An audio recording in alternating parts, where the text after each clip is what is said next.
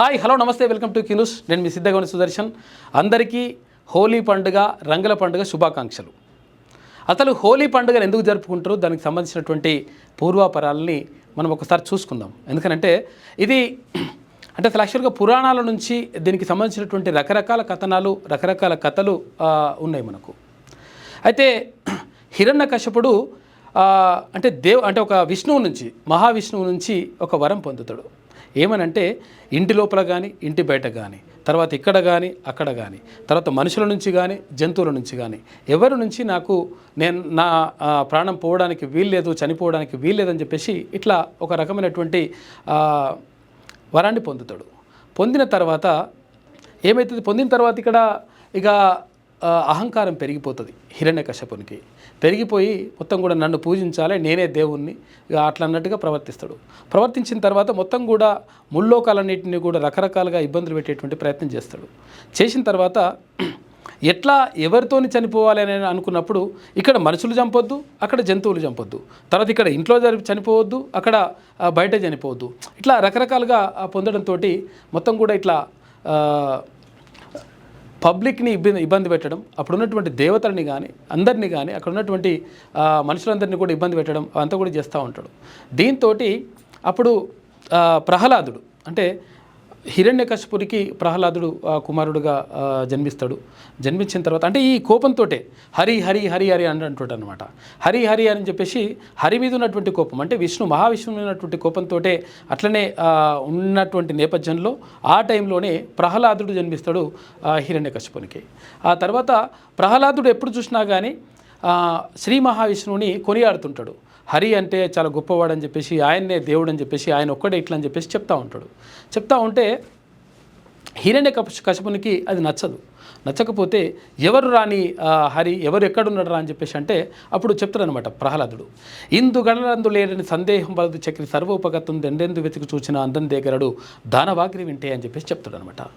ఇందుగలడందు లేడని సందేహము వలదు చక్రి సర్వోపగతండు ఎందెందు వెతికి చూచినా అందందేగలడు దానవాగ్రి వింటే అని చెప్పేసి చెప్తుంటాడు అనమాట. అరే ఇక్కడున్నదా నీ హరి ఇక్కడున్నాడా అని చెప్పేసి అంటే లాస్ట్కు ఇక్కడ ధ్వజస్తంభంలో ఉన్నాడా అంటే ధ్వజస్తంభంలో కూడా అంటాడు. అప్పుడు ధ్వజస్తంభాన్ని ఇట్లా పగలగొడతాడు హిరణ్యకశపుడు. అప్పుడు ఇక్కడ అంటే ఏది అందులో ఉంచి నరసింహస్వామి అంటే నరుని చేత తర్వాత జంతువుల చేత సింహం చేత ఎక్కడ కూడా చనిపోవద్దని అనుకున్నాడు కాబట్టి అక్కడ నరుడు కాకుండా సింహము కాకుండా అంటే జంతువు కాకుండా నరసింహస్వామిగా అవతారం వచ్చేసి అప్పుడు హిరణ్యకశపుని చంపుతాడు అనమాట. ఈ నేపథ్యంలోనే ఇంకా అంటే అసలు యాక్చువల్గా అంతకు ముందు అంటే ఈ హిరణ్యకశపుని చంపే కంటే ముందు ఈ హిరణ్యకశపుని చెల్లెలు హోలిక అని చెప్పేసి ఉంటుంది.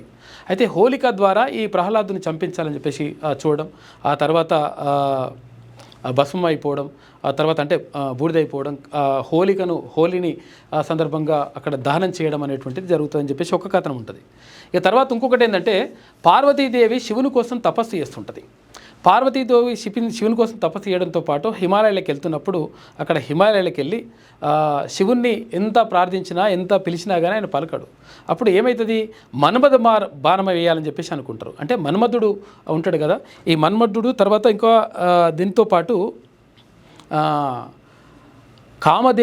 దేవుడు ఉంటాడు కదా, కామానికి సంబంధించినటువంటి దేవుణ్ణి ప్రవేశపెట్టడం ద్వారా ఒక పూల వర్షం కురిపించడం, తర్వాత ఆయనకు అంటే శివుని లోపల ఒక రకమైనటువంటి ఒక ఉద్రేకపూర్వకమైనటువంటి వాతావరణాన్ని క్రియేట్ చేయడం, ఆ తర్వాత ఈ పూలద్బానం వేయడం ద్వారా ఆయన మనసులో ఒక ప్రేమపూర్వకమైనటువంటి భావన కలగడం, ఆ తర్వాత శివుణ్ణి అంటే పార్వతీదేవిని వివాహం చేసుకునే విధంగా ఉసికొల్పడం, దానికి అప్పుడు దేవుడిని పంపిస్తుంది, ఆమెతో పాటు తీసుకెళ్తుందని చెప్పేసి ఒక కథనం ఉంది. అయితే అప్పుడు ఏమవుతుంది, శివునికి కోపం వచ్చి అంటే ఆయన తపస్సును భంగం చేస్తున్నాడు కాబట్టి ఈ దేవుణ్ణి మొత్తం కూడా శపించేసి భస్మం చేస్తాడు అని చెప్పేసి ఒక కథనం. అట్లా కామదేవుడి యొక్క భార్య రతీదేవి అంటే ఆయనను భస్మం చేసిన తర్వాత మరి నా భర్తను ఎట్లా అని చెప్పేసి అప్పుడు మళ్ళీ శివునికి పూజ చేయడం, శివుని వేడుకుంటే అప్పుడు శివుడు ఆ రతీదేవికి లేదు నీ భర్తను ఇస్తున్నా అని చెప్పేసి మళ్ళీ అతను బతికించడం, ఇదంతా కూడా జరుగుతుంటుంది అనమాట. అందుకనే హోలీ సందర్భంగా హోలీ కంటే ముందు రోజు కామదహనం అనేటువంటిది జరుగుతుంది. ఆ కామదహనం జరిగిన తర్వాత అక్కడ ఉన్నటువంటి బూడిదని తీసుకొచ్చేసి అంటే అసలు యాక్చువల్గా దీనికి ఇంకొక కథనం ఉంది. మళ్ళీ ఆరోగ్యపరంగా చూసినప్పుడు ఇక్కడ వసంతకాలంలో ఈ హోలీ పండుగను జరుపుతారు. ఈ హోలీ పండుగ జరుపుకోవడం ఏంటంటే ఈ వసంతకాలంలో జరుగుతుంది. అయితే ఈ వసంతకాలంలో తర్వాత వచ్చేటువంటి ఏవైతే రకరకాలుగా వ్యాధులు రోగాలు ఇవన్నీ ఉంటాయో అవన్నీ కూడా పోవాలనుకుంటే ఏం కావాలంటే రకరకాల మూలికలకు సంబంధించినటువంటి కర్రలు అక్కడ తీసుకొచ్చి వేయడం, ఆ తర్వాత పిడికలు అందులో వేయడం, ఆ మంటల్లో వేయడం, ఈ మంటల నుంచి వచ్చినటువంటి ఆ బూడిద ఏదైతే ఉంటుందో ఆ బూడిదని తీసుకొచ్చేసి కొంతమంది అక్కడ ఇళ్లలో పెట్టుకోవడం, దీని ద్వారా క్రిమి సంహారం జరుగుతుంది, తర్వాత మంచి జరుగుతుంది, ఆరోగ్యం మంచిగా ఉంటుంది అనేటువంటి అది కూడా ఉందన్నమాట. అయితే దీంతోపాటు అప్పుడు ఏది మోదుగు చెట్టుకు పూలు పూస్తే ఆ పూల నుంచి వచ్చినటువంటి ఆ పూలను తీసుకొచ్చేసి వాటిని ఉడికించి దాంతో వచ్చినటువంటి ఏదైతే రంగు ఉంటుందో ఆ రంగుని చల్లుకోవడం, ఆ రంగుని చల్లుకోవడం ద్వారా ఆరోగ్యం కూడా మంచిగా ఉంటుంది అనేటువంటిది కూడా ఒక కథనం ఉంది.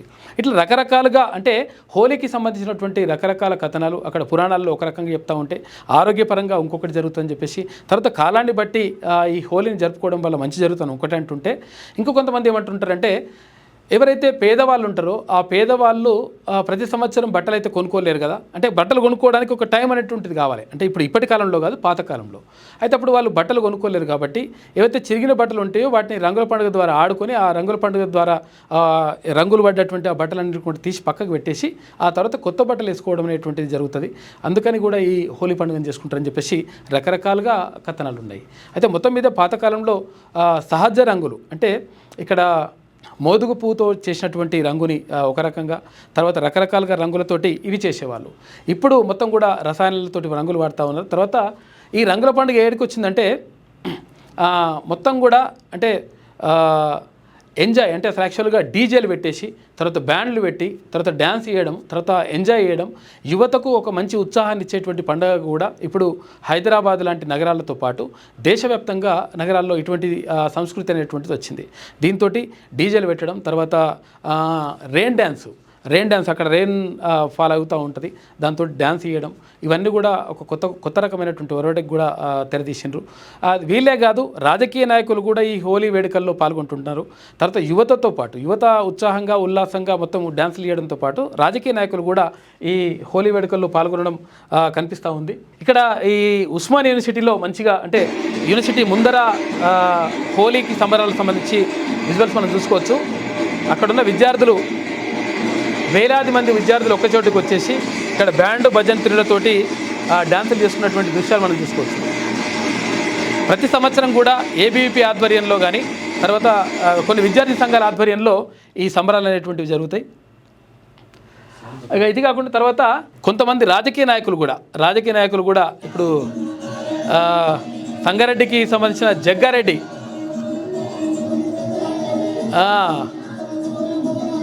మొత్తం డ్యాన్స్ చేస్తున్నాడు ఆయన. ఈ డ్యాన్స్ని చూసుకోవచ్చు మనం ఇక్కడ. అగో టిల్లు అని చెప్పేసి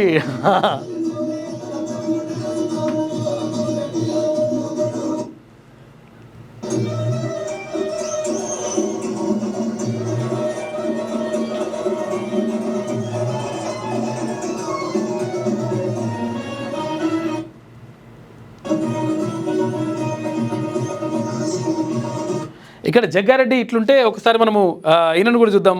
మన ఎవరు పాలమ్మిన పూలమ్మిన మాజీ మంత్రి మల్లారెడ్డి.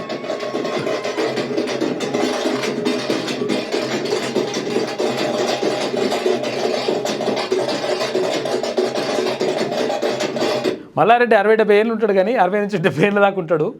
కానీ డ్యాన్స్ ఫీన్స్లు ఇవన్నీ మంచిగా చేస్తాడు, మొత్తం యూత్లో కలిసిపోతాడు. 60 ఉన్నా కానీ 20లోకి వచ్చేస్తాడు ఆయన.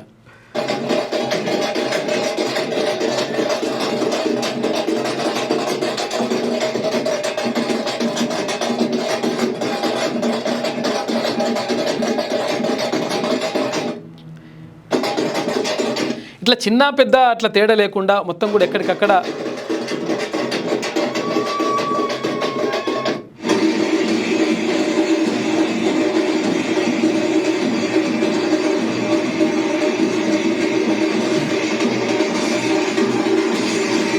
అయితే దీంతో పాటు అసలు యాక్చువల్గా ఇంకోటి ఏంటంటే ఇంకా కొంతమంది అంటే కళాకారులు అంటే గ్రామీణ ప్రాంతాల్లో ఉన్నటువంటి మహిళలు ఉంటారు కదా, మహిళలు కొంతమంది అంటే హోలీ సందర్భంగా కోలాటం ఆడడం, ఆ కోలాటం ఆడుతూ పాటలు పాడడం, హోలీల రంగా హోలీ చెమకేలిల కేలు అంటూ పాటలు పాడుకుంటూ వచ్చి రంగులు పూయడం, తర్వాత రంగులు పూస్తే రంగులు పూయొద్దు అని చెప్పేసి అన్న వాళ్ళకు మీరేమైనా పార్టీ ఇస్తారా అని చెప్పేసి వాళ్ళని అడగడం, ఇట్లా ఇదంతా కూడా ఒక పాతకాలం నుంచి సాంప్రదాయం కొనసాగుతూ వస్తుంది. అయితే ఇది నిజంగా కూడా అంటే మనిషి జీవితంలో కొన్ని ఆనందాలు సంతోషంగా ఉండాలని చెప్పేసి చాలామంది కోరుకుంటారు. అంటే భారతదేశంలో అన్ని రాష్ట్రాల్లో కూడా ఈ హోలీ పండుగ అనేటువంటిది జరుపుకుంటారు. దీంతోపాటు నేపాల్లో పూర్తి స్థాయిలో అంటే పూర్తిగా హిందూ దేశం నేపాల్, అక్కడ హిందువులే ఉంటారు. అయితే ఆ నేపాల్లో పూర్తి స్థాయిలో ఇక్కడ హోలీ వేడుకలు, హోలీ సంబరాలు జరుగుతాయి. దాంతోపాటు బంగ్లాదేశ్లో కూడా మైనార్టీలుగా ఉన్నారు హిందువులు. అక్కడ ఒక 20-30% మంది హిందువులు అక్కడ బంగ్లాదేశ్లో ఉంటారు. ఎందుకంటే అక్కడ పశ్చిమ బెంగాల్ నుంచి బంగ్లాదేశ్ విడిపోయింది. ఆ తర్వాత బంగ్లాదేశ్ వేరు, తర్వాత ఇప్పుడు పశ్చిమ బెంగాల్ వేరుగా ఉంది కాబట్టి పశ్చిమ బెంగాల్తో పాటు అక్కడ బంగ్లాదేశ్లో కూడా హోలీ వేడుకలు, హోలీ సంబరాలు జరుగుతూ ఉంటాయి. అయితే ఇక్కడే కాదు, అంటే విదేశాల్లో ఉన్నటువంటి ఎవరైతే భారతీయులు ఉంటారో, అంటే అక్కడ అమెరికాలో కానీ, ఆస్ట్రేలియాలో కానీ, లండన్లో కానీ వివిధ దేశాల్లో ఉన్నటువంటి ఎవరైతే భారతీయులు ఉంటారో వాళ్ళందరూ కూడా ప్రవాసీ భారతీయులు అక్కడ హోలీ సంబరాలు, హోలీ వేడుకలు జరుపుకోవడం అనేటువంటిది చూస్తుంటాం. మొత్తం మీద ఒక సంతోషానికి, తర్వాత రంగుల జీవితానికి, అంటే రంగులమయంగా జీవితం ఉండాలి, సంతోషంగా ఉండాలని చెప్పేసి భావించినటువంటి అందరూ కూడా హోలీ పండుగలు జరుపుకుంటారు. తర్వాత హోలీ అనేటువంటిది ఒక ఆనందానికి, సంతోషానికి నిలువుటద్దంగా నిలుస్తుంది. కాబట్టి హోలీ వస్తుందంటే ఎక్కువగా యువతలో ఇవంతా కూడా సంతోషం అంతా కనిపిస్తుంది. యువతనే కాదు, వాళ్ళు కూడా రంగులు పూసుకుంటూ ఆనందాన్ని, సంతోషాన్ని వెలిపుచ్చుతారు. కాబట్టి ఈ హోలీ సంబరాల్లో మీరందరూ కూడా పాల్గొనండి. కాకపోతే ఏంటంటే చాలామంది ఏం చేస్తుంటారంటే ఇక్కడ ఏది స్నానానికి వెళ్ళేటప్పుడు చెరువుల దగ్గరికి, తర్వాత లేకపోతే జలపాతాల దగ్గరికి వెళ్తూ ఉంటారు. కాబట్టి అక్కడ జాగ్రత్తగా ఉండండి. అంటే హోలీ సందర్భంగా చాలా ప్రమాదాలు జరిగి అంటే కొంతమంది జీవితాల్లో కోల్పోయినటువంటి పరిస్థితి ఉంది. కాబట్టి అటువంటివి జరగకుండా హోలీ అనేటువంటిది జీవితంలో సంతోషాన్ని నింపాలి. కాబట్టి అందరి జీవితాల్లో సంతోషం నింపాలని అందరికీ హోలీ పండుగ శుభాకాంక్షలు చెప్తూ అందరూ ఈ రంగుల ప్రపంచంలో రంగుల హోలీని ఎంజాయ్ చేయాలని చెప్పేసి మనస్ఫూర్తిగా కోరుకుందాం. క్యూ న్యూస్లో పనిచేయటకు వీడియో ఎడిటింగ్ మరియు SEOలో అనుభవం గల జూనియర్ ఎడిటర్స్ కావాలను సంప్రదించవలసిన నెంబర్ 8688926084. లేటెస్ట్ న్యూస్ తెలుగు మరియు ఇంగ్లీష్ అప్డేట్స్ కోసం ఇప్పుడే క్యూ న్యూస్ అఫీషియల్ యాప్ ని ప్లే స్టోర్ నుండి డౌన్లోడ్ చేసుకోండి. సరికొత్త సమాచారాల కోసం క్యూ న్యూస్ వెబ్సైట్ ని ఫాలో అవ్వండి. ఛానల్లో ప్రాంతీయ, జాతీయ, అంతర్జాతీయ వార్తలు వీక్షించండి. లైక్ చేయండి,